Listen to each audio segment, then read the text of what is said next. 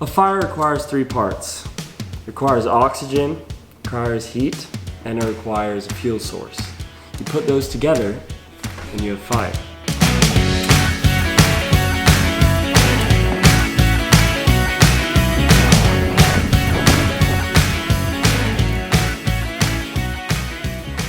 Photography is a lot like that. It has three components to it. Those are called aperture, ISO, and shutter speed. If you master those three key elements, you'll master photography. Your first part is going to be mastering aperture. This is the measurement of how much light is coming into your lens. So if we look throughout this lens, you can see this massive opening. There's plenty of light, tons of light. So this has a very low aperture. It has an aperture of 1.8 and there's tons of light coming through. This lens has an aperture of 4. It's a lot less light than the other lens and it's not letting as much light into the camera. So aperture actually has two uses in photography. One being it determines your depth of field, so what's in focus, and two being it determines how much light goes into your camera. The first part, depth of field. A really high aperture, so that's going to be your f8s, your f12s, your f22s. Those are going to have a very large depth of field. So everything will be in focus. Your background, your subject, your foreground. In this picture, we see that the background is blurred out, but the subject is clear and crisp and in focus. That means it has a very low aperture.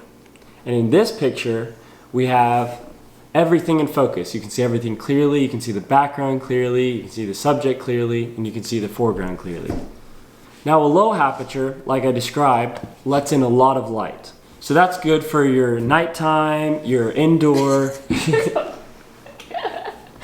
So that's going to be good for your nighttime, your indoor, your concerts, anything where you don't have a lot of light. You're going to want to open it wide up and have plenty of light coming into the sensor. So the reason you'd want a high aperture would be to get everything in focus. So that's going to be like if you're taking sport photography and you want to not worry about keeping your subject in focus and just having them in focus all the time, you can have a high aperture and you'll always have the subject you're shooting be clear. And you can see the people in front and behind, and they're going to be clear also. Every lens is different, so you want to have different apertures for different purposes. And this lens, you have a wide aperture. So this is going to be good for portrait photography, where you want to blow out the background, have all the focus beyond the subject, and not have anything in the background distract you. This lens is going to be more for zoom. So you want to make sure throughout your entire zoom range, you can see the background and the subject to get everything in focus so you don't miss it. The shutter is the mechanism that opens, lets light in to the camera, and then closes. That time, the open and close, is the shutter speed. Perfect. This picture is taken at 1/500th of a second, which is a fast shutter speed. You can see in this picture how his hand is not blurry, and you can see the sparks very clearly. You can also see how there's no blur to this image. This next picture is taken at a 1/60th of a second, which is a very slow shutter speed, so the lens closes super slow. In this picture you can see that the sparks just kind of blur together in one bunch, and his hand is super blurry as the movement is not caught in a quick second, it's caught over time. A fast shutter speed stops the action in a crisp second. A slow shutter speed allows the objects to move while the shutter is open, which creates a blur. In your long exposure shutter speed, like 10 seconds, you can capture everything that is in movement for 10 seconds in one picture. For example, when you do light writings in the dark with a flashlight and you write your name, it takes all that you did in 10 seconds and it puts it in one picture. Where ISO comes in is it's the sensitivity of your sensor. Think of it as fake light.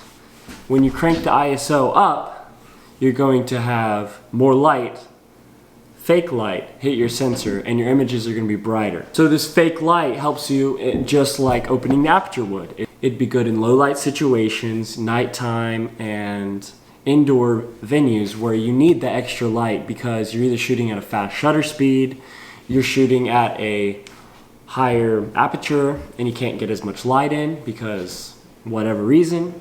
Cranking the ISO up helps. So the ISO, fake light, 100 is going to be your baseline. That's what most cameras start out with and only go up from there at intervals. So 200 is twice as much light as 100. 400 is twice as much light as 200, but 4 times as much light as 100, etc., etc. And you might remember this in the form of film. This 400 film is used for your everyday purposes. You can take some shots inside if it's really bright. You can change your settings to shoot outside. We have all different types of film. We've got 800, so that's shooting indoors. And we have 200 and 100, all the way up to 6400 for those really, really dark scenes. And the trade-off of that is what you have is noise. So the noise comes in the form of grain. It looks grainy, the image isn't crisp, and it doesn't have the clarity that you would like shooting at a 100 ISO on a bright day. And that's where you get with your digital cameras, the more you pay, the less noise you get, etc. So if you want to shoot in a really bright location and you have tons of light coming in, you're shooting at a low shutter speed, you're shooting at low aperture, you want 100 ISO. That's max as you're going to go because your image is going to be way too bright. And if you're shooting at a really high aperture and a really high shutter speed, or you're shooting in dark location, you're going to need a high ISO to compensate. All of these three aspects come together and help shoot your image. So that's going to be, your ISO, your shutter speed, and your aperture. All come together to make a final picture. And each part has trade-offs. We learned that, ISO makes more light, but it also adds grain. Your aperture, if you want a really low aperture, the lenses are going to be expensive. You're going to blow out your depth of field and your background. And if you want a really fast shutter speed, you're going to have less light coming into the camera. Do that again. Look it through your eye. Your eyeball's upside down.